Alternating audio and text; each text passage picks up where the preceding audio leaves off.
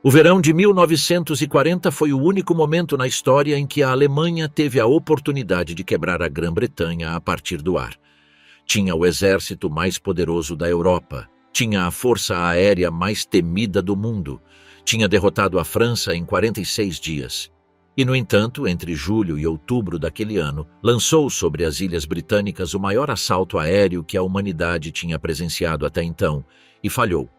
Este é o relato desse fracasso, contado a partir do lado que planejou a campanha, a executou, a sofreu e, no final, não a entendeu completamente.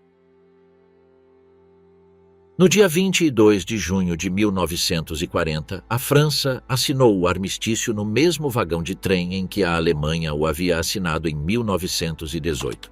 Para a cúpula militar alemã, a guerra tinha terminado. Não havia razão formal para que continuasse. A Alemanha tinha atacado a Polônia. Foram a Grã-Bretanha e a França que declararam a guerra. E depois de menos de 10 meses de combate, a França jazia derrotada, o exército expedicionário britânico tinha sido evacuado em barcos de pesca a partir das praias de Dunkerque, e o Reich controlava a costa ocidental da Europa desde o Cabo Norte norueguês até os Pirineus.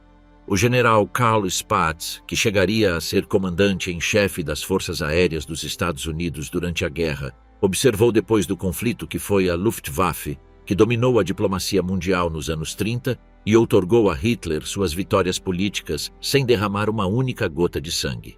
Isso é exato. O poder da aviação alemã não residia unicamente em seus aviões. Residia no medo que gerava. E em 1940, esse medo continuava sendo moeda de troca política em muitas capitais. Em Berlim, a convicção generalizada era que os britânicos teriam que negociar. Adolf Hitler acreditava nisso com sinceridade. No segundo volume de Mein Kampf, tinha escrito páginas inteiras sobre a lógica de uma aliança com a Grã-Bretanha. Havia como o aliado natural da Alemanha uma potência marítima e colonial sem interesses territoriais na Europa continental que durante séculos tinha mantido o equilíbrio de poder sem buscar dominá-la. Fez esforços diplomáticos sustentados durante anos para seduzi-la. Hermann Göring, seu segundo no comando e comandante em chefe da Luftwaffe, passou a maior parte da década de os 30 tentando convencer aristocratas e jornalistas britânicos de que a Alemanha só queria um trato amistoso e mãos livres no leste. Erich Raeder, grande almirante da Kriegsmarine, acreditava que a guerra estava perdida desde o 3 de setembro de 1939, o dia em que a Grã-Bretanha a declarou.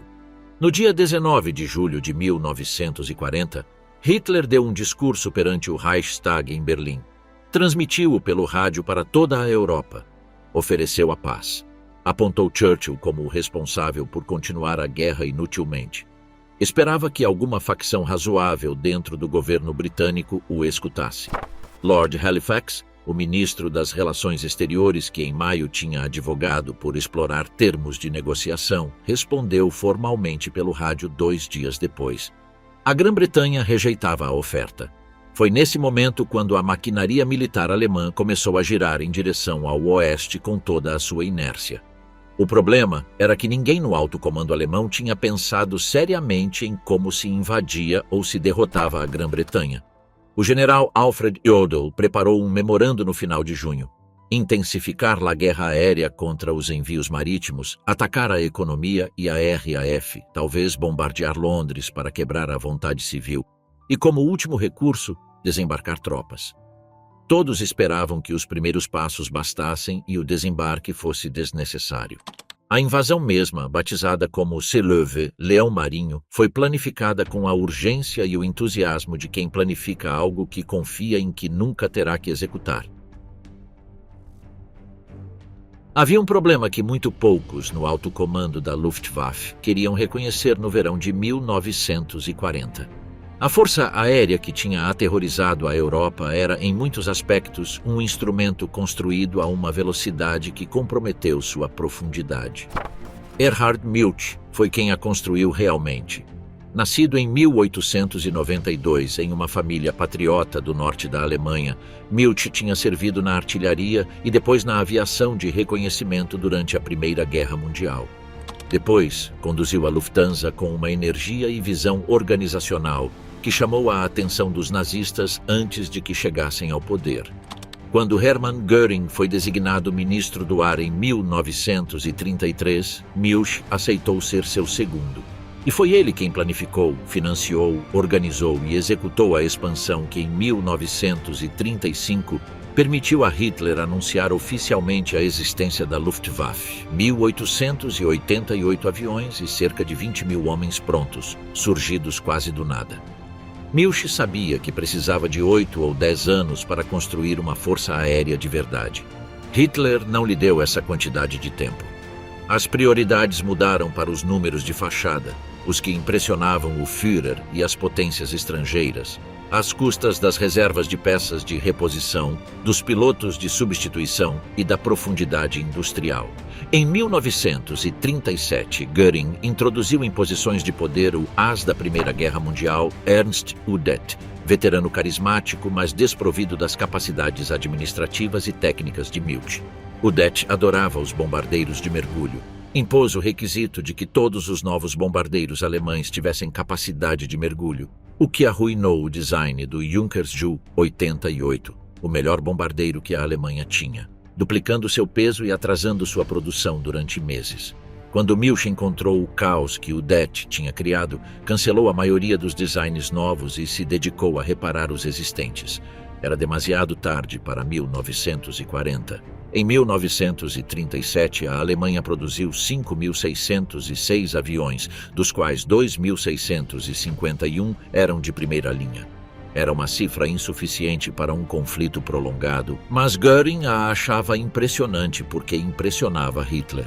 Em 1944, quando Albert Speer tomou o controle da produção, a indústria alemã construiu quase 40 mil aviões, apesar do bombardeio contínuo da RAF e da USAF. Em 1937, esse potencial estava latente. Ninguém o ativou porque ninguém queria admitir que os tempos de guerra exigiam algo mais que os tempos de paz. No dia 1º de setembro de 1939, quando estourou a guerra, a Luftwaffe tinha disponíveis 2.577 tripulações de voo. Era 69% do número estabelecido. Apenas 1.432, 38%, estavam plenamente qualificadas. Os bombardeiros operavam a 32,5% de sua capacidade estabelecida. Os caças o faziam a 83,5%. E depois havia a questão da inteligência. O Oberst Beppo Schmid encabeçava o 5º departamento da OKL, o Serviço de Inteligência da Luftwaffe. No dia 22 de novembro de 1939, tinha escrito uma avaliação estratégica notável. Descrevia a Grã-Bretanha como o mais perigoso de todos os inimigos possíveis da Alemanha. Afirmava que enquanto a Grã-Bretanha permanecesse invicta, a guerra não poderia concluir favoravelmente e recomendava adotar imediatamente uma estratégia de cerco. O relatório foi notado e arquivado. O que Schmid escreveu em julho de 1940, quando os planificadores da OKL precisaram de uma valorização do adversário, foi outra coisa.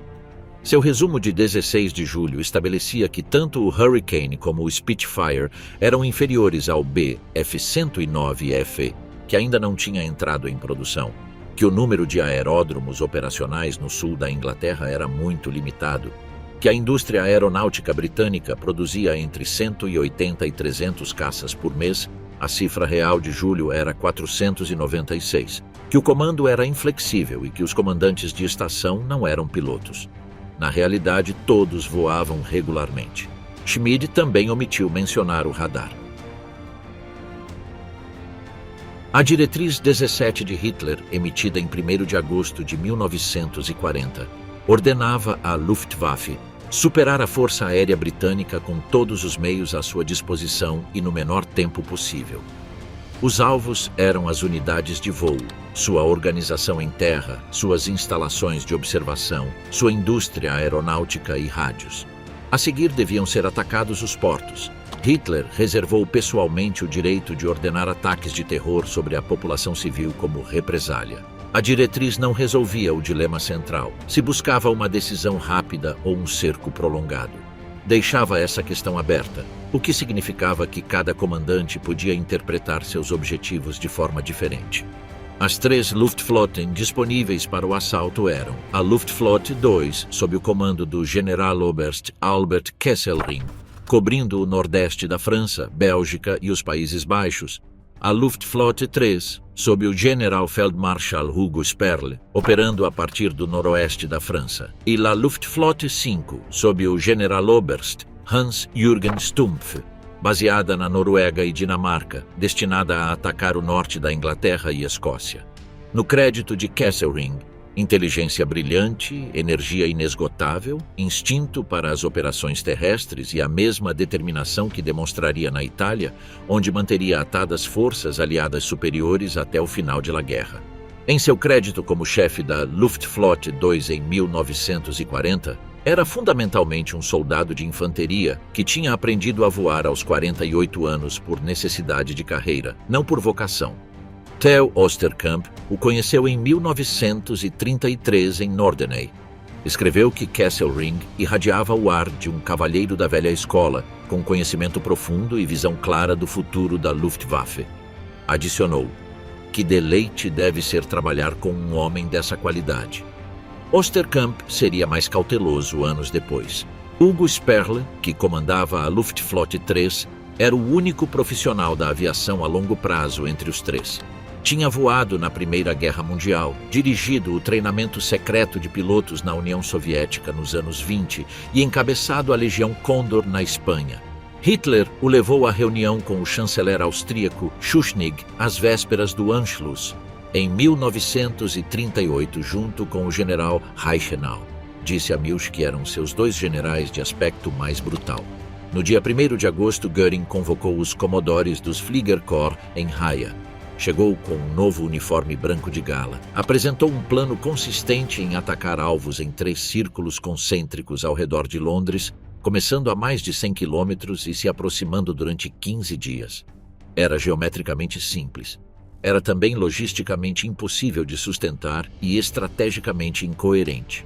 Theo Osterkamp levantou a mão. O serviço de escuta da Luftwaffe tinha identificado as unidades da RAF ativas na área de Londres. Estimava que os britânicos tinham entre 500 e 700 caças operacionais e que o número estava crescendo, com os perigosos Spitfires aparecendo cada vez mais frequentemente. Göring interrompeu. Isso era absurdo. A inteligência era excelente e o Spitfire era inferior ao Bf-109. Além disso, Osterkamp mesmo tinha informado que os britânicos eram demasiado covardes para subir para combater. Osterkamp corrigiu sua descrição. O serviço de escuta tinha detectado que a RAF tinha ordens de evitar os combates caças contra caças. Não eram estúpidos. Não iam se desgastar em attrition contra caças que por si sós não podiam causar-lhes dano. Göring respondeu que isso era a mesma coisa. Sperle e Kesselring propuseram conservar a força de bombardeiros até que o comando de caça britânico tivesse sido debilitado de forma decisiva com ações de caças. Queriam primeiro atacar a organização em terra e a indústria aeronáutica à noite.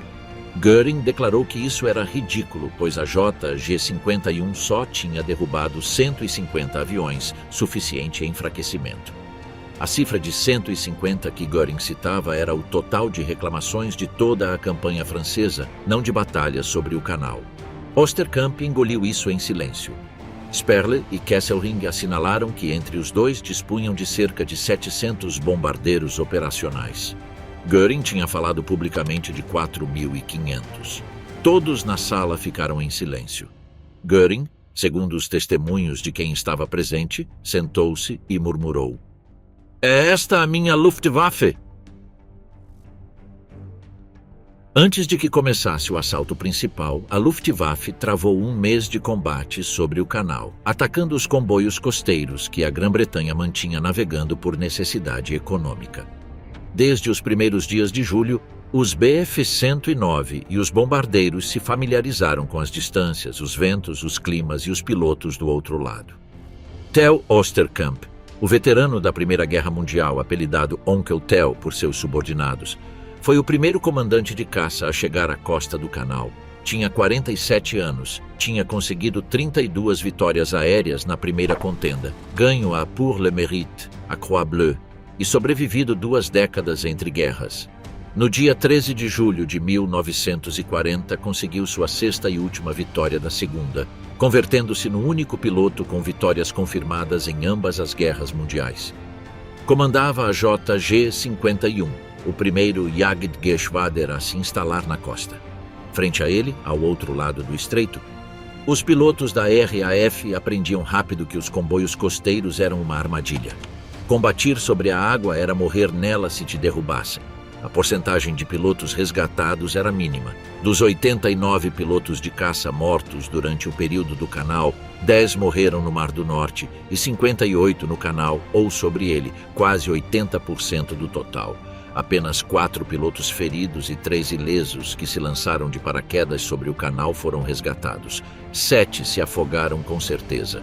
Johannes Fink, o Commodore da KG-2, foi designado Kanalkampfführer, comandante da Batalha do Canal, com base de operações em um velho ônibus estacionado nas dunas de Cap Blanc-Nez, de onde podia ver as torres de rádio na costa inglesa.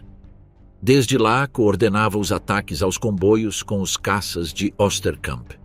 Os 2 homens chegaram logo a um acordo de cavalheiros. Fink não exigiria escoltas tão rígidas que acorrentassem os caças.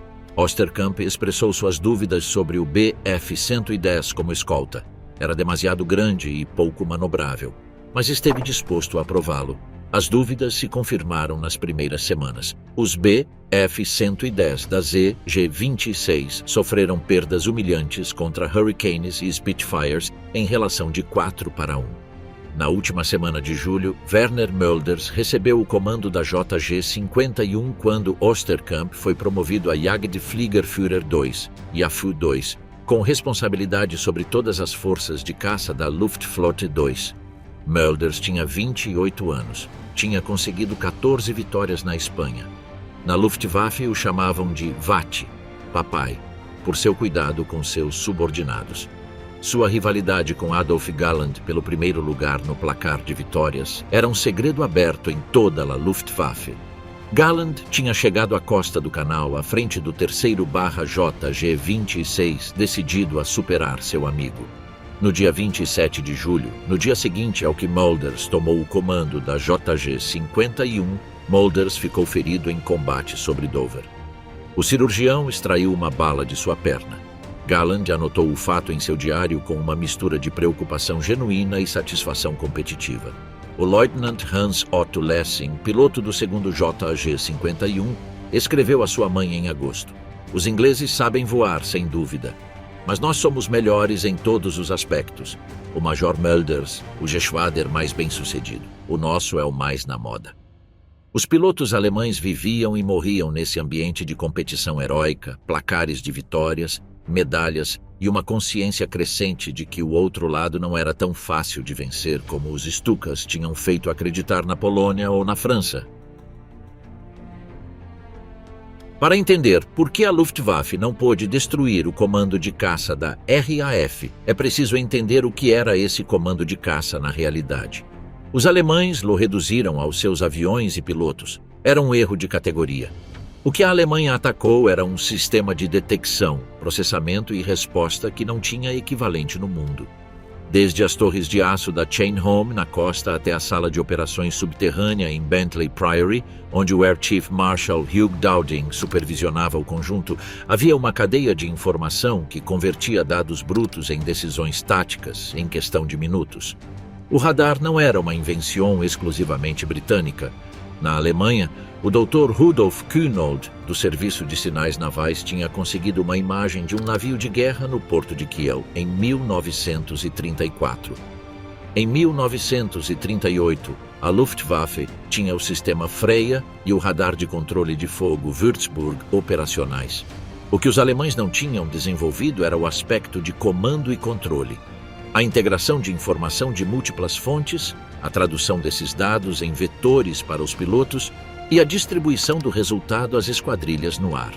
No dia 3 de agosto de 1939, a Luftwaffe enviou um Zeppelin de espionagem equipado com laboratórios de rádio ao longo da costa nordeste da Grã-Bretanha para interceptar as transmissões das estações de radar. A tripulação foi desbordada pela potência das emissões e concluiu que era interferência da rede elétrica nacional. O voo não trouxe nenhuma informação útil sobre o sistema de defesa. O general Wolfgang Martini, que dirigia o serviço de escuta alemão, tinha decifrado para agosto de 1940 quase todas as linhas de chamada das esquadrilhas britânicas. Seu serviço sabia que os pilotos eram dirigidos a partir da terra, mas esta informação se guardava com tanto zelo que não se compartilhava com o serviço de inteligência rival de Oberst Schmid. E Jeschonek, o chefe de Estado-Maior da Luftwaffe, sabia da existência do radar desde maio de 1940 e tinha assinalado sua incapacidade para detectar aviões a baixa altitude em um relatório de Estado-Maior. Ninguém tirou consequências operacionais disso. O resultado foi que cada avião que decolava dos aeródromos franceses era detectado assim que cruzava a costa, catalogado, numerado e seguido pelas operadoras WAAF nas mesas de plotagem, enquanto os controladores de setor decidiam que esquadrilhas enviar e a que altitude e rumo. Para os pilotos alemães que voavam sobre território inimigo sabendo que cada missão seria interceptada, a sensação era incômoda. Um dos veteranos do Erprobungsgruppe 210 o descreveu assim: a invisível rede de sinais que os observava desde o momento em que abandonavam a costa francesa fazia com que quase cada missão terminasse em interceptação. Não havia missões fáceis sobre a Inglaterra. O 13 de agosto de 1940 devia ser o começo do fim do comando de caça britânico. Göring o havia chamado de Adlertag, Dia da Águia, e exigia 3 dias de bom tempo para que suas forças dessem o golpe definitivo. A tarde do dia 12 tinha parecido promissora. Os técnicos nos aeródromos do norte da França trabalharam até a madrugada preparando os aviões. Mas antes do amanhecer, os meteorologistas relataram nuvens espessas se formando sobre o canal. Nas primeiras horas do dia 13, Göring, que não queria que o Dia da Águia fosse executado pela metade, adiou as operações planejadas até a tarde. A ordem de cancelamento chegou a quase todas as unidades.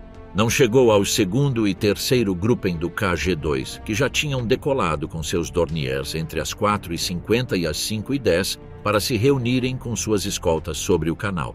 As escoltas sim receberam a ordem. Os Bf-110 do ZTG-26, liderados pelo veterano da Primeira Guerra Mundial Oberstleutnant Joachim Huth, que tinha uma perna ortopédica desde que foi ferido em combate. Huth via os bombardeiros continuarem avançando. Seu rádio operava em uma frequência diferente da dos Dorniers, de modo que não podia falar com o Commodore Fink. Realizou uma série de acrobacias na frente do avião de liderança de Fink para tentar fazê-lo entender que desse a volta. Fink pensou que Huth estava se exibindo. As escoltas desapareceram. Fink voou sozinho, contornando a costa norte de Kent em direção aos seus objetivos, Sheerness e o aeródromo de Eastchurch, na ilha de Sheppey. Era um ato de bravura, embora contrariasse as ordens emitidas por Kesselring em 4 de agosto, que especificavam que os bombardeiros deviam abortar se suas escoltas falhassem ou se retirassem. Fink talvez continuou porque sim tinha algumas escoltas. Os Bf-109 do 3º Staffel do Erprobungsgruppe 210, que também não tinham recebido a ordem de cancelamento. Os operadores de radar britânicos perderam os Dorniers entre as nuvens baixas. O corpo de observadores os confundiu com uma formação pequena e errou seu rumo. Apenas o 74 Squadron os interceptou, seguido pelo 111 e pelo 151. 5 Dorniers caíram, mas ambos os objetivos foram bombardeados. Ao regressar, Fink entrou em fúria, ligou para Kesselring por telefone e lhe lançou tal reprimenda que Smiling Albert teve que ir pessoalmente ao aeródromo de Fink para acalmá-lo. Fink relatou sucesso. Tinham destruído 10 Spitfires em terra e arrasado Eastchurch. Na realidade, tinham destruído 1. O aeródromo era do Coastal Command, não do Fighter Command. O KG-2 nunca cometeu o erro de atacar um objetivo que não importava com tanta frequência, 7 vezes mais antes da primeira semana de setembro. Ao mesmo tempo em que Fink regressava, a Luftflotte 3 de Sperrel também tinha decolado sem receber a ordem de cancelamento. 20 Ju 88 do 1º/KG-54 atacaram o aeródromo do Royal Aircraft Establishment em Farnborough e mais 18 do 2º/KG-54 o aeródromo de Odiham. As defesas do 10º Group os descreveriam como fortes e obstinados por todo o caminho desde a costa até os objetivos e de regresso até a metade do canal. A RAF reivindicou 20 vitórias. As perdas reais alemãs foram de 5 aviões e 3 pilotos feridos. Quando o dia da águia oficial começou finalmente às 14 horas, Sparrowley lançou o grosso de suas forças. 58 J-88 do LG-1 em direção a aeródromos em Boscombe Down, Worthy Down e Andover e 52 Ju-87 Stukas dos STG-1 e STG-2 em direção a Warmwell e Yeovil.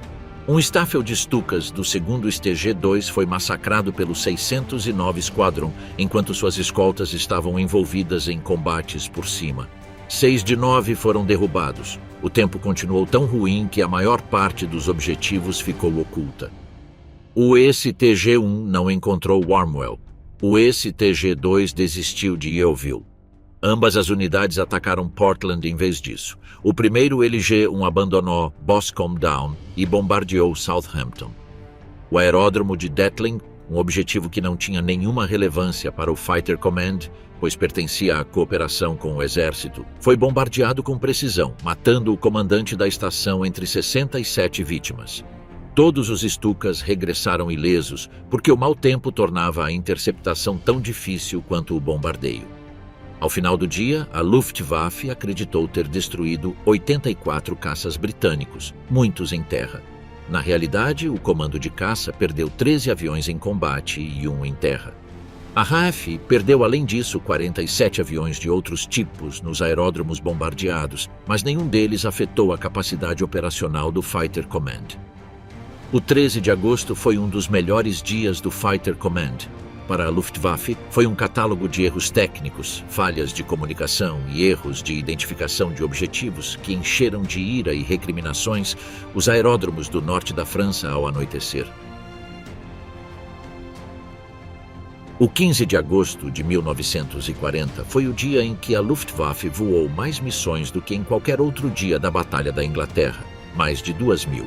Também foi o dia conhecido na Luftwaffe como o Schwarzer Donnerstag, Quinta-feira Negra.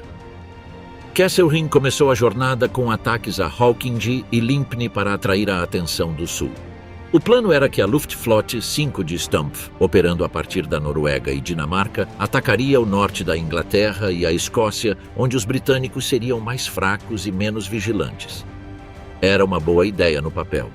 Stumpf enviou uma finta de 2 Staffel de hidroaviões RI-115 em direção a Dundee para desviar caças, seguida pelo ataque principal. 72 Heinkel RI-111 do KG-26 a partir de Stavanger, escoltados por 21 Bf-110D de longo alcance do primeiro ZG-76, sob o comando do Oberstleutnant Werner Hestemeyer. O navegador do KG-26 levou os 3 graus ao norte do rumo previsto. O desvio criou nos radares uma trajetória tão evidente que o 72 Squadron de Acklington foi alertado a tempo, seguido pelo 605 de Drem, o 79 em estado de alerta, o 41, o 607 e o 79. Quando o 72 Squadron localizou a formação sobre o Mar do Norte, tinha 4.000 pés de vantagem e avançava diretamente contra os alemães a uma velocidade de aproximação de mais de 400 milhas por hora. Seu comandante, Ted Graham, com uma gagueira pronunciada que naquele momento foi lendária, disse aos seus pilotos com uma pausa considerável: "É claro que os vi. Que caralho. Estou tentando decidir o que fazer." Levou sua esquadrilha ao mar, a leste do Sol, e entrou em mergulho sobre as escoltas. O avião de Hestemeyer explodiu instantaneamente. Talvez tenha sido o gás de gasolina do tanque ventral. A formação se desintegrou. Mais 8 Heinkels e 6 Bf-110 caíram. 1/3 dos Bf-110 de longo alcance do primeiro ZG-76 ficou destruído.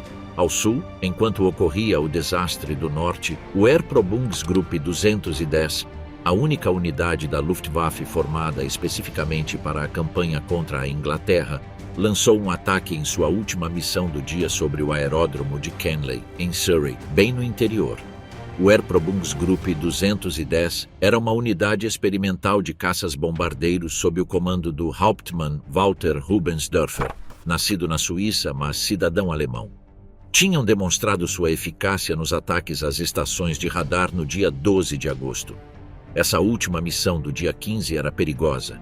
Kenley estava fora do alcance confortável dos Bf-109 e os Bf-110 de escolta perderam contato com Rubensdörfer na neblina do anoitecer e regressaram à base. Rubensdörfer seguiu adiante. Atacaram o aeródromo errado. Era Croydon, o satélite civil de Kenley, a alguns quilômetros ao norte. Os Hurricanes do 111 Squadron os esperavam em alerta. O que se seguiu foi uma caçada. Os Bf-110 formaram um círculo defensivo enquanto os Bf-109 tentavam protegê-los, mas perderam o contato na neblina. Quando Rubensdörfer deu a ordem de romper em direção à casa, os Bf-110 sobreviventes escaparam um a um, perseguidos desde Croydon até Bexhill sobre o fundo do anoitecer. 4 caíram em Kent e Surrey. Rubensdörfer, com seu operador de rádio morto e ele próprio ferido, continuou pilotando até que seu motor se incendiou perto de Rotherfield. Em seu bolso foi encontrada uma carta de Kesselring, felicitando-o pela concessão da Cruz de Ferro de primeira classe. Concederam-lhe a Cruz de Cavaleiro 4 dias depois, a título póstumo. Ao final do 15 de agosto, a Luftwaffe tinha perdido 75 aviões.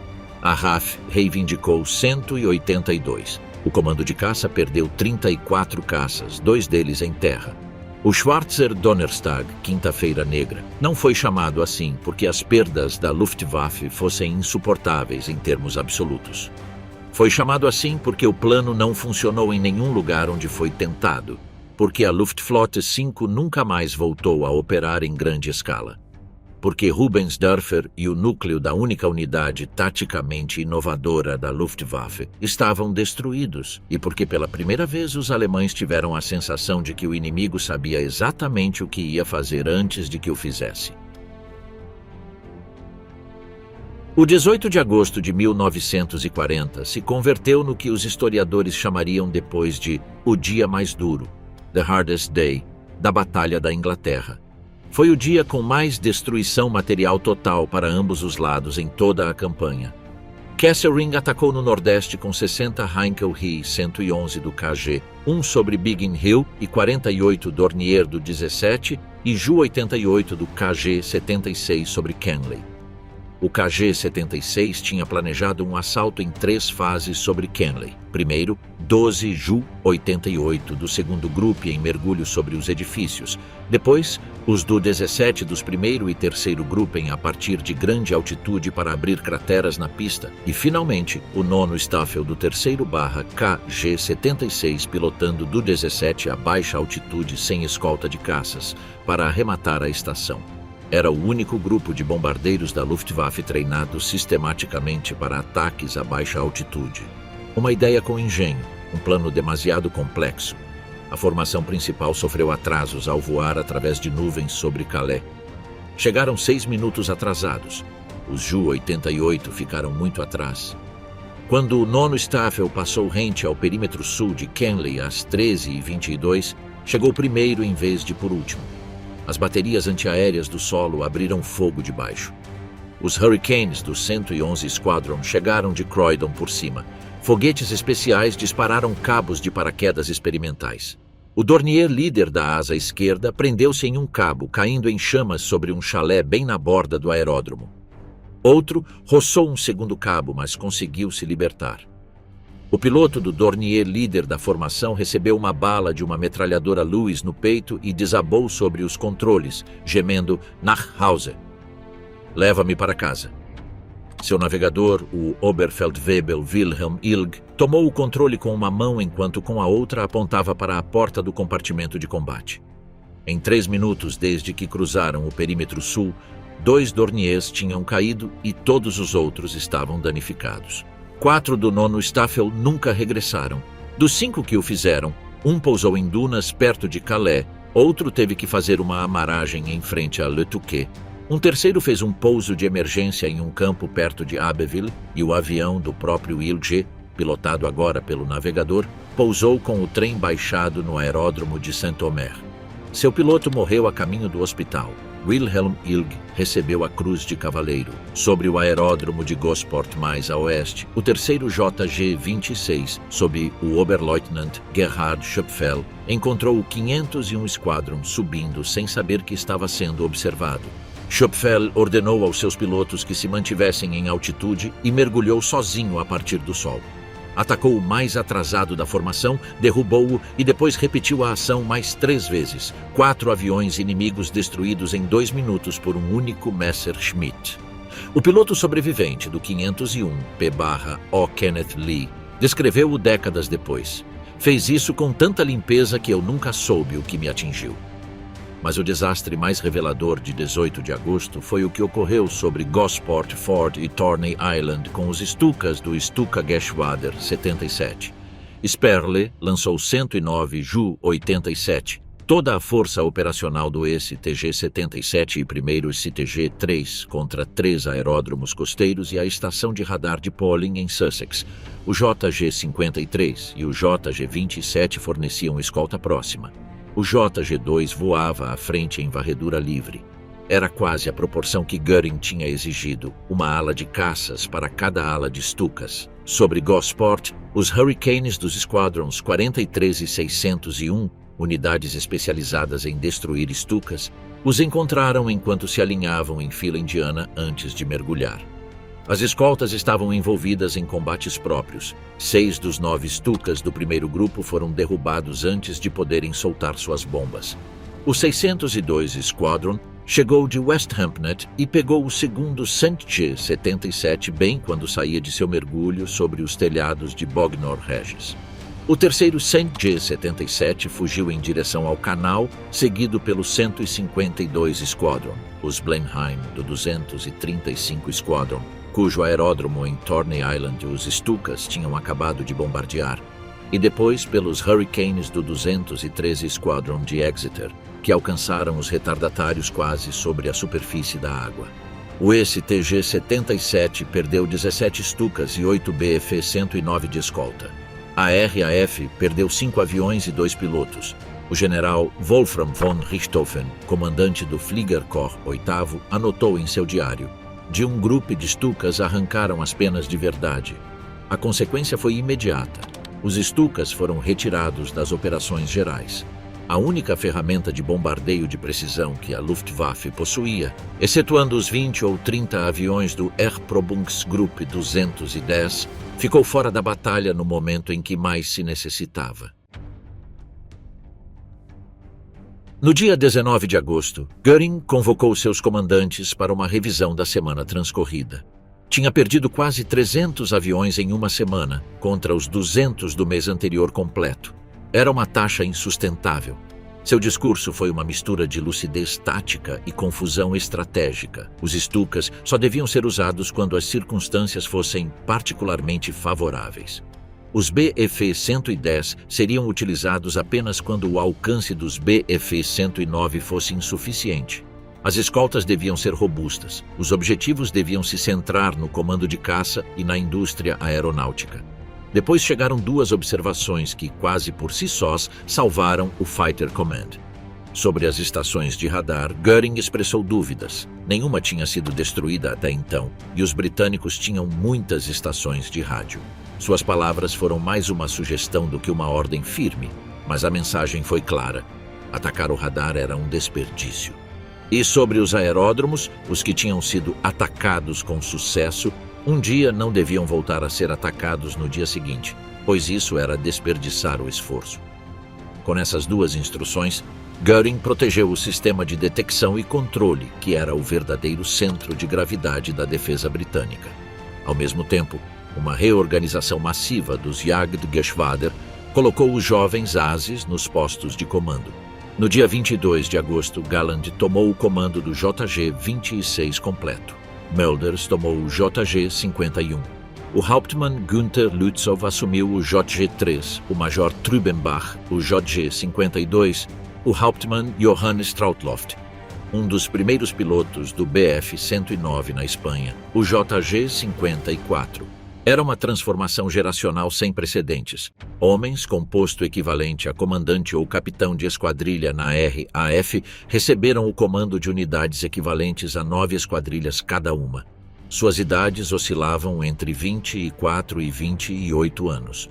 Houve também uma nova restrição. Apenas um oficial podia voar como tripulação em cada avião. A Luftwaffe tinha perdido desde o começo de agosto um Geschwader Commodore, 7 Gruppenkommandeure e 13 Staffelkapitän como baixas em combate. O nível de liderança de primeira linha estava sendo dizimado. A reorganização e o mau tempo que se seguiu deram ao comando de caça uma semana de respiro relativo. Quando os ataques foram retomados a sério em 24 de agosto, começou a fase mais perigosa para o Fighter Command, não pelo engenho do plano alemão, mas por sua persistência. A última semana de agosto e a primeira de setembro foram as 2 semanas mais perigosas de toda a batalha para a defesa britânica.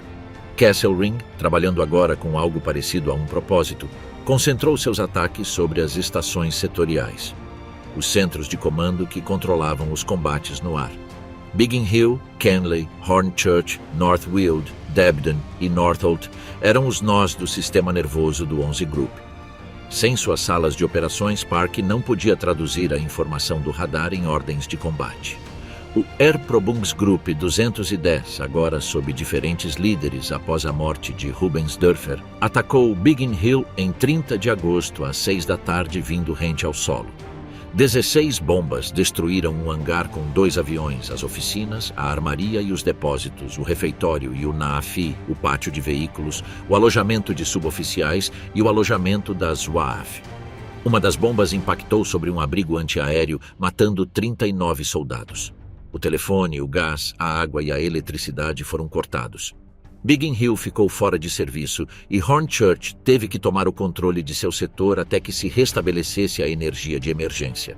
O 31 de agosto foi um dos piores dias do Fighter Command. O 56 Squadron foi emboscado sobre Essex pelo 3º JG-26 e o 3º ZG-26 e perdeu 4 aviões, incluindo ambos os Flight Commanders veteranos. O Flight Lieutenant Percy Weaver morreu. Seu DFC foi anunciado naquela tarde. No dia 1º de setembro, Biggin Hill foi atacado pela manhã e pela tarde. No dia 2 de setembro, o atacaram mais 2 vezes. Em 31 de agosto, o chefe de inteligência Beppo Schmid emitiu uma avaliação na qual calculava que restavam aos britânicos apenas 300 caças operacionais. A cifra real era de 855 em esquadrilhas, 289 em depósitos e 84 em unidades de treinamento, um total de 1.438, o dobro do que no início de julho. A desinformação corria em ambas as direções. A Luftwaffe superestimava sistematicamente e Schmid construía suas avaliações sobre essas cifras infladas. E por fator de ilusão, a razão entre os aviões reivindicados e os realmente derrubados tinha chegado em algumas jornadas a 3-1. Göring, vendo os relatórios de seus pilotos, começou a suspeitar de desonestidade generalizada. Era a única explicação que lhe ocorria para as discrepâncias. Sua relação com sua força aérea se deteriorou de forma palpável durante setembro. No dia 1º de setembro foi restabelecida a sala de operações de Biggin Hill. O sistema de Dowding tinha uma resiliência construída deliberadamente. Salas de operações de emergência, linhas de comunicação redundantes, estações móveis. Mas naquela primeira semana de setembro, para os pilotos do 11 Group que voltavam aos seus aeródromos danificados uma e outra vez, a sensação era de uma pressão que aumentava sem pausa. O comandante da RAF tinha 22 unidades de classe A no início do período. No início de setembro, muitas estavam exaustas. No dia 30 de agosto, Hitler tinha levantado finalmente a sua proibição de atacar Londres diretamente. O que precipitou a mudança foi um acidente. Na noite de 24 para 25 de agosto, um pequeno grupo de Heinkels do KG-1 buscava o terminal petrolífero de Thameshaven, perigosamente perto de Londres. Voando de noite sem instrumentos precisos de navegação, os bombardeiros não encontraram Thames Haven. As bombas caíram no East End de Londres, danificando a igreja de St. Giles Cripplegate. Na manhã seguinte chegou à sede do KG-1 um telegrama de Göring, exigindo os nomes dos tripulantes responsáveis para transferi-los para a infantaria. Em resposta, o gabinete de guerra britânico autorizou o primeiro ataque sobre Berlim. Na noite de 25 para 26 de agosto, os Hampden dos 49 e 50 Squadrons partiram em direção ao aeródromo de Tempelhof, enquanto os Wellington tentavam encontrar as gigantescas obras de Siemens. O norte da Alemanha estava coberto de nuvens, mas as bombas foram lançadas de todas as formas. 6 Hampden não regressaram. As bombas destruíram uma caseta de jardim no subúrbio berlinense de Rosenthal, ferindo 2 pessoas. O resto caiu em campos fora da cidade. Mas foi suficiente. Hitler estava no Berghof quando recebeu a notícia de que a Grande Berlim tinha sido bombardeada pela primeira vez. Regressou à capital.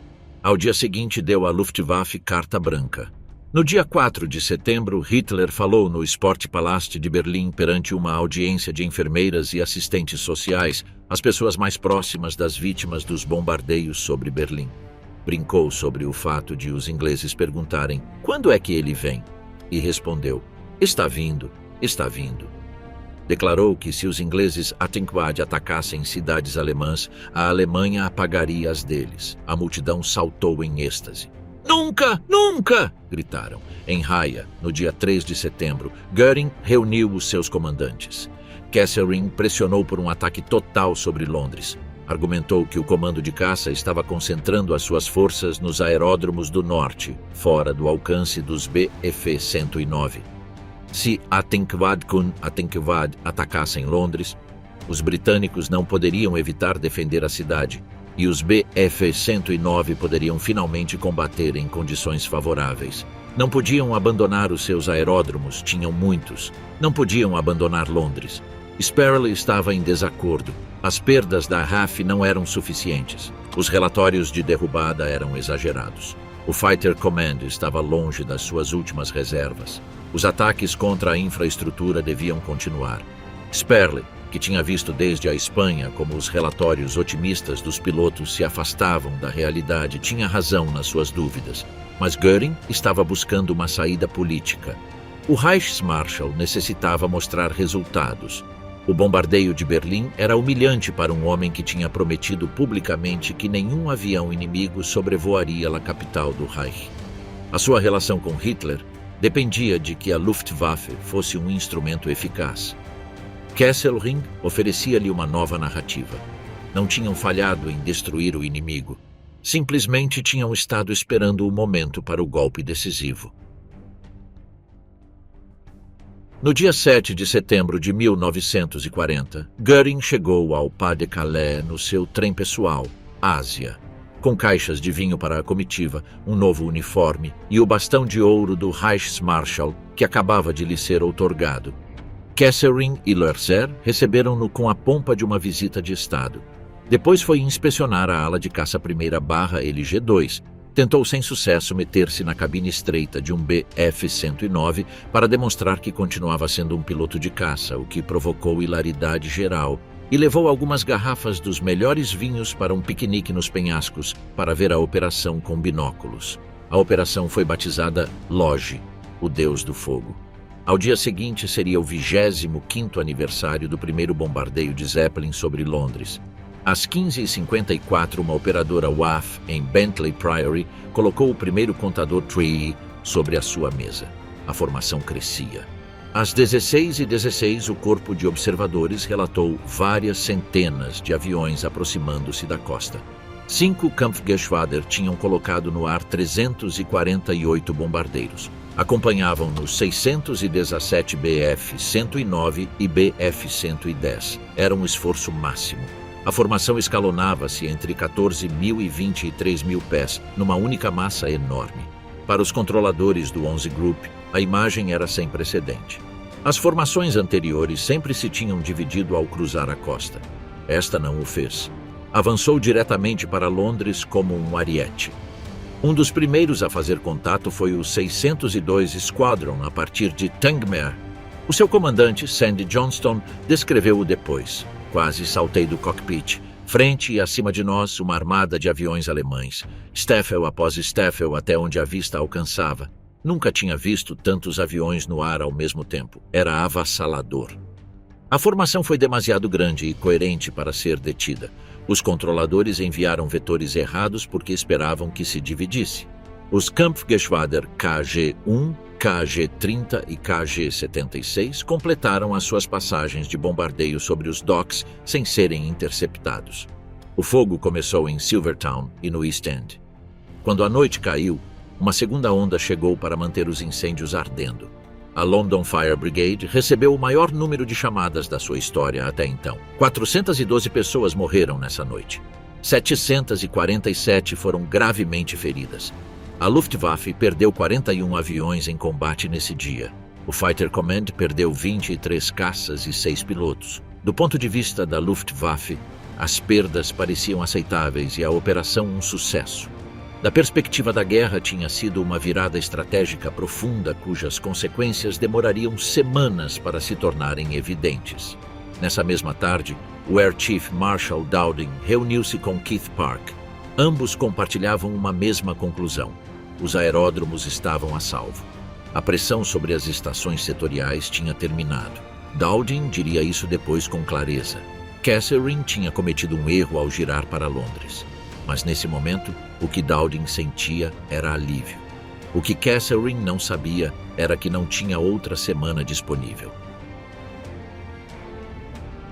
No domingo 15 de setembro de 1940, às 6h34 da manhã, despontou a alvorada sobre o sul da Inglaterra. O serviço meteorológico relatou pressão em lenta subida, vento suave do oeste, visibilidade de 4 milhas, temperatura de 14 graus, uma manhã de final de verão perfeita. Para as 8h30, o 87 Squadron já tinha derrubado um Heinkel sobre o mar em frente a Exeter. O campo de aviões de Park em Uxbridge encheu-se às 10h30 com a chegada do primeiro-ministro Winston Churchill e sua esposa Clementine, que conduziu a toda velocidade desde Chequers. O sistema de ar-condicionado do bunker subterrâneo não podia lidar com a fumaça do charuto, de modo que Churchill segurou o Havana sem acender entre os dentes e observou como se desenrolava o drama na mesa de plotagem. A primeira onda alemã chegou por volta do meio-dia. Eram Dorniers do KG-3, Heinkels do KG-53, bombardeiros acompanhados de centenas de caças escalonados em altitude. 27 esquadrilhas do 11 Group e esquadrilhas dos Grupos 10 e 12 subiram para interceptá-los. Os combates dispersaram-se sobre Kent, Sussex e Surrey. A segunda onda chegou às 2 da tarde. Foi maior que a primeira. Os controladores enviaram todos os seus recursos. Churchill, olhando o tabuleiro desde a varanda, viu os indicadores de todas as esquadrilhas mudarem de à espera para no ar para em combate. Girou para Park e perguntou: "Quais são as suas reservas?" Park respondeu: "Não há nenhuma." Quando caiu a tarde, ambos os lados contavam as suas perdas. A RAF reivindicou 185 aviões alemães destruídos. Os alemães reivindicaram dúzias de Spitfires e Hurricanes. As cifras reais: a Luftwaffe perdeu 60 aviões. O Fighter Command perdeu 26 caças e 13 pilotos. Não tinha sido a catástrofe que Kesselring esperava, mas também não tinha sido a vitória que o comando de caça necessitava para anunciar que o perigo tinha passado. O que sim ocorreu esse dia é que Hitler, revisando as cifras, adiou a sua decisão sobre a Operação Leão Marinho até o 17 de setembro, o último momento possível antes que as marés favoráveis do outono se fechassem até 1941. No dia 17 de setembro, Hitler ordenou indefinidamente o adiamento da Leão Marinho. As barcaças do canal começaram a ser dispersadas. Os navios que tinham sido reunidos ao longo dos portos do norte da França dissolveram-se para outros portos. O exército, que sempre tinha visto a invasão como uma aposta suicida sem superioridade aérea estabelecida, não ocultou o seu alívio. Göring não aceitou o fracasso. Ordenou continuar os bombardeios noturnos sobre Londres. O Blitz sobre Londres duraria 57 noites seguidas. Para compreender cabalmente o que aconteceu à Luftwaffe no verão de 1940, há que olhar os números com os olhos de quem os viu no momento. Os pilotos de caça alemães sobre o Canal e o sul da Inglaterra reivindicavam vitórias a uma taxa de aproximadamente 3-1 sobre as suas perdas reais. Acreditavam estar ganhando. As estatísticas de Beppo Schmid confirmavam-lhes que o comando de caça se estava desangrando. O próprio Schmid estimou em 17 de agosto que restavam aos britânicos 300 caças. A cifra real era de 855 operacionais, mais reservas.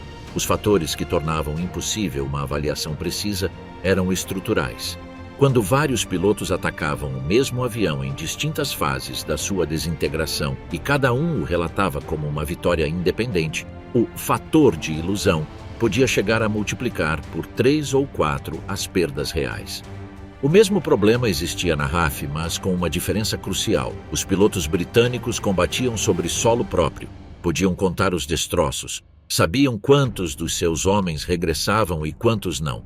Os alemães sobrevoavam o canal e perdiam de vista as suas vítimas entre as ondas ou entre as nuvens. No dia 18 de agosto, o dia mais duro, a Luftwaffe perdeu 69 aviões destruídos e 31 danificados. O Fighter Command perdeu 34 destruídos e 39 danificados no ar, mais 29 destruídos e 23 danificados em terra. As perdas totais foram aproximadamente iguais, mas a razão no ar foi de 2-1 em favor dos defensores. No conjunto do período do Canal, de 10 de julho a 11 de agosto, os pilotos de caça alemães tinham destruído 87 Hurricanes e Spitfires e danificado 52, em troca de 54 Bf-109 destruídos e 16 danificados. Acreditavam estar alcançando uma razão de 5-1, a que Osterkamp tinha calculado como necessária para ganhar. A razão real era de aproximadamente 1,6-1. Havia um problema mais profundo com os números. Mesmo se a Luftwaffe tivesse alcançado a razão de 5-1 que Osterkamp considerava necessária, os cálculos matemáticos básicos mostravam que a tarefa era impossível. Para eliminar o Fighter Command em 5 semanas, necessitavam derrubar pelo menos 100 caças por semana. Com uma razão de 5-1, isso significava perder 20 Bf-109 por semana, os 100 disponíveis em 5 semanas. E mesmo assim necessitavam manter suficientes caças intactos para proteger a frota de invasão contra os bombardeiros da RAF. Osterkamp tinha calculado.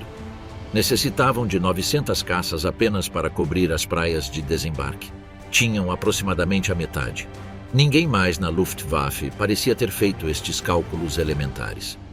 Osterkamp tinha-os feito. Stumpf tinha-os intuído.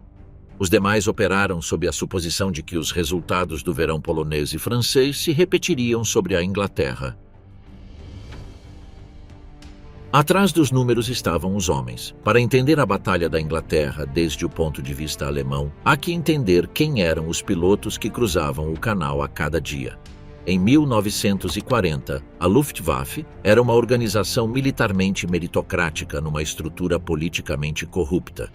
Os melhores pilotos subiam rápido, independentemente da origem. A velocidade de expansão dos anos 30 tinha dissolvido em grande medida as barreiras de classe que o exército conservava zelosamente. Os novos heróis da Luftwaffe, Mölders, Galland, Wick, Marseille, procediam de famílias de classe média, e os seus nomes conheciam-se em toda a Alemanha. Werner Mölders, ao qual os seus subordinados chamavam Vati, tinha desenvolvido na Espanha a formação tática que a Luftwaffe utilizaria em toda a guerra. O Rote de 2 aviões e o Schwarm de 4, com uma separação lateral suficiente para que cada piloto cobrisse o setor do outro sem necessidade de olhar permanentemente para trás. Era uma melhora enorme sobre a formação em V em triângulo que a RAF utilizou até bem entrado o verão de 1940, na qual o piloto do vértice interior passava 80% do seu tempo vigiando para não bater com os seus companheiros em vez de buscar o inimigo. Mölders tinha-o aprendido sobre Guernica e Brunetti. A RAF tardou meses para aprendê-lo sobre Kent. Adolf Galland, que assumiu o KG-26 em 22 de agosto com 24 anos, era um fenômeno distinto. Agressivo, onde Molders era metódico, brilhante no ar, onde Molders era sistemático em terra, com tendência ao enfrentamento direto com os seus superiores quando acreditava ter razão. Quando Göring lhe perguntou em agosto, diante de testemunhas, do que necessitava para ganhar a batalha, Galland respondeu: uma esquadrilha de Spitfires. Era a resposta mais politicamente imprudente que podia dar, e era a verdade. A tensão entre os pilotos de caça e o Comando Supremo foi uma constante de todo o verão. Galland e Molders eram convocados a Karin Hall para receber medalhas e escutar repreensões sobre as perdas dos bombardeiros. A queixa era sempre a mesma. Os caças não protegiam suficientemente os bombardeiros. Os pilotos de caça respondiam que escoltá-los de perto os convertia em alvos lentos e previsíveis. Queriam liberdade de ação, altitude, iniciativa. Göring queria que os bombardeiros chegassem aos objetivos. A tensão nunca se resolveu. Ulrich Steinhilper, lieutenant do 1º JG-52, mantinha um diário que publicou décadas depois. As suas páginas descrevem o verão de 1940 desde dentro. O esgotamento acumulado de 7 missões por dia, a ansiedade crescente quando o indicador de combustível marcava o nível mínimo sobre território inimigo. A sensação de que o inimigo sabia sempre onde estavas antes que tu o visses. Steinhilper tinha passado a primeira parte da guerra tentando convencer os seus superiores de que os caças necessitavam de rádios confiáveis e procedimentos de comunicação no ar. O veterano da Legião Condor Adolf Galland tinha-lhe respondido que os rádios eram desnecessários, que os pilotos podiam comunicar-se bem acenando as asas igual que na Primeira Guerra Mundial e na Espanha. Os rádios apenas adicionavam peso. O romantismo do herói individual, herdado da cultura da Legião Condor dos ases do Richthofen, prejudicou a eficácia tática da Luftwaffe até que a realidade o corrigiu pela força. No dia 15 de agosto, um Spitfire do Pilot Officer Ralph Roberts do 64 Squadron pousou por erro no aeródromo alemão de Cafiers, na França, depois de se desorientar num combate. Os peritos técnicos que o examinaram concluíram que levava os equipamentos de comunicações mais modernos, melhores que os nossos. Era um rádio VHF. A Luftwaffe não tinha algo equivalente. Não era que carecessem da tecnologia, era que tinham escolhido não utilizá-la. No período entre o início dos ataques pesados em 24 de agosto e a mudança de objetivo para Londres em 7 de setembro, 13 dias, a Luftwaffe atacou repetidamente as estações setoriais do 11 Group.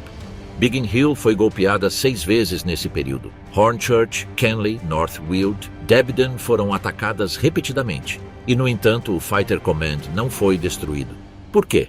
Em parte pela resiliência do sistema de Dowding. Cada vez que uma sala de operações era danificada ou destruída, havia um backup. As linhas de telefone cortadas eram reparadas por engenheiros da GPO em minutos.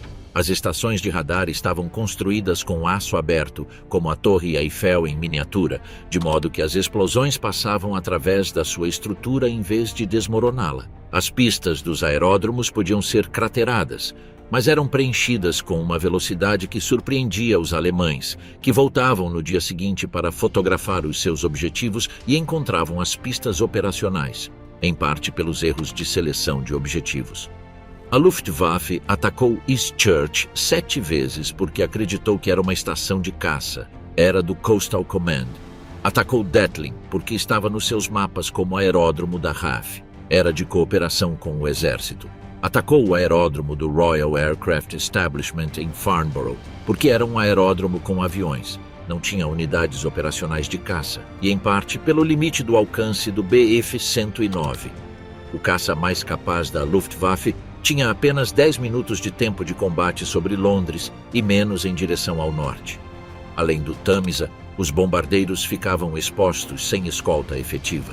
Isto significava que o 11 Group, os 6 setores que cobriam o sudeste da Inglaterra, era o único grupo que estava realmente em perigo. Os grupos 12 e 13 ao norte eram santuários para onde os aviões danificados e os pilotos exaustos podiam ser retirados e recuperados. Enquanto Dowding mantivesse o 11 Group de pé, a RF sobreviveria. No período do assalto aos aeródromos, 24 de agosto a 6 de setembro, a Luftwaffe destruiu 103 aviões do Fighter Command em combate e 71 mais em terra, danificou 128 em combate e outros em terra. Essas são as cifras mais próximas de uma ameaça existencial para o comando de caça. Mas a produção de novos aviões continuava a um ritmo superior às perdas. E o ritmo de perdas de pilotos experientes, não de aviões, era o fator verdadeiramente crítico. O que Kesselring não sabia nessas semanas é que a substituição de aviões para o Fighter Command era fácil. A substituição de pilotos experientes era muito mais difícil. E também não sabia que as suas próprias perdas em pilotos estavam correndo a quase o dobro das da RAF. No dia 17 de setembro de 1940, Hitler ordenou o adiamento indefinido da Operação Leão Marinho. A frota de invasão, centenas de barcaças do Reno que podiam fazer 3 nós e eram naufragadas por ondas de força 2, começou a ser dispersada. O período de marés favoráveis para um desembarque em 1940 tinha passado. O que se seguiu foi o Blitz. Durante 57 noites consecutivas, a Luftwaffe bombardeou Londres. Outros portos e cidades, Plymouth, Bristol, Birmingham, Coventry, Liverpool, Sheffield, Glasgow, foram atacados de noite por forças que podiam operar com relativa impunidade, porque o Fighter Command tinha muito pouco a opor aos bombardeiros noturnos. As defesas noturnas eram primitivas, Blenheims lentos com radares de bordo de alcance muito curto, Hurricanes e Spitfires ofuscados pelo brilho dos seus próprios canos de escape na escuridão. Na noite de 14 de novembro de 1940, Coventry foi arrasada com o sistema de navegação Knickebane, desenvolvido por Kesselring a partir das lições da Espanha. 449 bombardeiros destruíram o centro histórico da cidade e a catedral, mas o Blitz não quebrou a vontade britânica. Churchill tinha o predito num memorando de 1917. Os bombardeios de Guernica, Roterdã e Londres confirmaram o que aquela nota insinuava. O bombardeio de cidades tende a unir a população ao seu governo, não a separá-la dele. O 88% da população britânica apoiava Churchill nas sondagens de outubro de 1940, em plena campanha de bombardeios noturnos. Para a Luftwaffe, o outono de 1940 revelou os limites de um instrumento construído para a guerra curta. Sem reservas estratégicas de aviões, sem pilotos de reserva, com uma indústria que nunca tinha ativado o seu verdadeiro potencial produtivo, com comandantes que brigavam pelo crédito e um chefe supremo que mentia sobre as cifras, a Luftwaffe não podia sustentar indefinidamente as perdas de uma campanha de attrition. Para a primavera de 1941, Hitler tinha girado a sua atenção para o leste. A Operação Barbarossa, a invasão da União Soviética, começou no dia 22 de junho de 1941. A maior parte da Luftwaffe foi deslocada para o fronte russo. O assalto aéreo sobre a Grã-Bretanha tinha concluído sem decisão. A Batalha da Inglaterra demonstrou várias coisas que a teoria militar do ar da época não tinha previsto com clareza. Primeiro, o bombardeio estratégico só pode ser efetivo se forem selecionados e atacados consistentemente os alvos corretos. A Luftwaffe nunca teve um objetivo único sustentado. Atacou portos, radar, aeródromos de caça, aeródromos de bombardeio, aeródromos de cooperação com o exército, fábricas de aviões, terminais petrolíferos, diques e, finalmente, a maior cidade do mundo. O resultado foi que nenhum destes alvos foi destruído de forma decisiva. Segundo, a defesa ativa, quando está apoiada por um sistema de informação e comando eficiente, pode superar as vantagens da iniciativa ofensiva. A Chain Home, o sistema de Dowding, as salas de operações de setor, esta arquitetura de controle converteu cada avião do Fighter Command num multiplicador de força. Um piloto que subia sabendo onde estava o inimigo, a que altitude, em que número e direção, e que tinha um controlador que o guiava para a posição tática ideal, era mais eficaz do que um piloto que cruzava o canal esperando surpreender alguém. Terceiro, a inteligência importa mais do que o valor. A Luftwaffe tinha pilotos tão valentes como qualquer força aérea do mundo. Tinha caças tão bons como qualquer aviação do momento. O que não tinha era conhecimento do seu adversário. Beppo Schmid não mencionou o radar na sua avaliação principal de julho de 1940. Essa omissão foi talvez o maior erro estratégico individual da Batalha da Inglaterra. Quarto, o tempo tem duplo gume. Kesselring dispunha de 5 semanas entre o início do Adler-Angriff e o prazo da Cielion.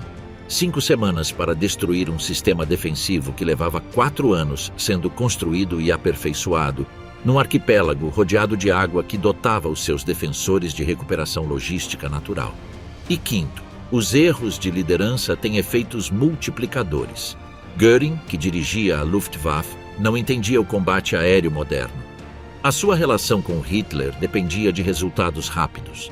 Quando os resultados foram incertos, mentiu sobre as cifras, culpou os seus pilotos de covardia, mudou os objetivos caprichosamente e proibiu atacar os alvos mais valiosos, o radar, porque acreditava que não funcionava.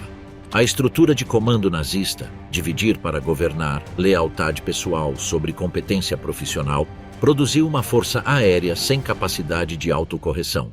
O Oberst Beppo Schmid tinha escrito em novembro de 1939 que a Grã-Bretanha era o mais perigoso de todos os possíveis inimigos da Alemanha. Tinha razão. 8 meses depois, essa mesma avaliação foi enterrada sob camadas de otimismo fabricado e de medo de dizer verdades inconvenientes à liderança. A Alemanha perdeu a Batalha da Inglaterra porque atacou um objetivo sem entendê-lo, com um plano que não era um plano, sob uma liderança que não queria saber a verdade. As histórias individuais dos pilotos, as suas bravuras e as suas mortes pertencem à mesma categoria do trágico que as dos seus adversários. Ulrich Steinhilper foi derrubado no dia 27 de setembro de 1940 sobre Kent e passou o resto da guerra em campos de prisioneiros canadenses, de onde fez 4 tentativas de fuga. Werner Mölders cruzou no outono de 1941 a marca de 100 vitórias. Morreu no dia 22 de novembro de 1941 como passageiro num HE-111 que se acidentava em Breslau durante uma tempestade quando voava para assistir ao funeral do general Udet, que se tinha suicidado dias antes. Adolf Galland sobreviveu à guerra, passando as suas últimas semanas ao comando da JG-44, uma esquadrilha de jatos ME-262, combatendo até o colapso do Reich. Viveu até 1996. Theo Osterkamp, que tinha visto vir o fracasso desde o começo, foi dispensado do comando em outubro de 1940 e destinado a um posto de Estado-Maior, onde a sua experiência foi utilizada com menos urgência. O 15 de setembro é hoje o dia da Batalha da Inglaterra no Reino Unido. Na Alemanha, essa batalha não tem um nome especial no calendário. Não o teve então também. Para Berlim foi apenas o começo de uma campanha mais longa que se perdeu no ruído da guerra total. Mas nos arquivos militares de Friburgo, onde os documentos que testemunham as ações alemãs de 1940 foram catalogados durante décadas, há um papel que o Oberst Beppo Schmid assinou no dia 22 de novembro de 1939. De todos os possíveis inimigos da Alemanha, a Grã-Bretanha é o mais perigoso. Foi a avaliação mais precisa que produziu em toda a guerra. Não lhe deram ouvidos.